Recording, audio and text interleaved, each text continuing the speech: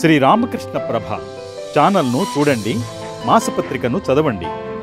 రామకృష్ణ వారు ఒక ఉదాహరణ ఇస్తారు. ఒకరోజు శంకరాచార్యులు వారు అలా కూర్చొని ఉంటారు. ఆయన కూర్చొని ధ్యానమగ్నులు అయినప్పుడు వెనక ఎవరో వచ్చిన చప్పుడు వినిపిస్తుంది. వెంటనే శంకరాచార్యులు వారు ఎవరు అన్నారు. ఎవరు అనగానే ఆయన శిష్యుడు వస్తాడు అక్కడికి. ఆయన నేనే అంటాడు. అప్పుడు శంకరాచార్యులు వారు అది విన్న తర్వాత, ఆ నేను అనటం నీకు అంత ఇష్టమైతే ఆ నేనుని అనంతంగా వికాసం చెందేటట్లు చూడు. అంటే సృష్టి మొత్తం నేనే అని అనుకో, సృష్టిలో ప్రతిదీ నేనే అనుకో, లేకపోతే ఏదీ నాది కాదు అని అనుకో. అనంతంగా ఆయన దాన్ని వ్యాప్తి చెందేటట్లు చేయి, లేకపోతే ఏదీ నాది కాదని అనుకో. అంతా నాదే అని అనుకోండి, లేకపోతే ఏదీ నాది కాదనుకోండి. రెండు ఒకటే.